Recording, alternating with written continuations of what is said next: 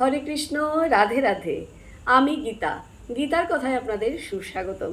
আজকে আরও একটি ভিডিওতে গীতার 10ম অধ্যায়ের 11 নম্বর শ্লোকটি পাঠ করছি। আপনারাও কিন্তু আমার সঙ্গে অবশ্যই পাঠ করবেন।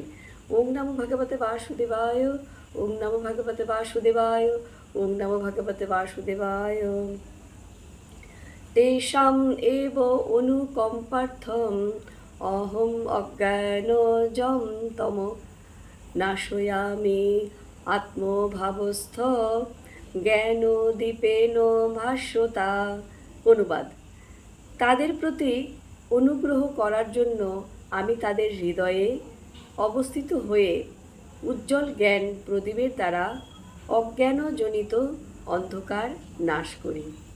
তো ভক্তগণ, এমনি করে প্রতিদিন একটি করে গীতার শ্লোক পাঠ করুন আর এই দুর্লভ মানব জনমকে ধন্য করুন। আর আমাকে কমেন্ট করেছেন তনুশ্রী মণ্ডল, রাধে রাধে। আপনাকেও রাধে রাধে। হরি বল।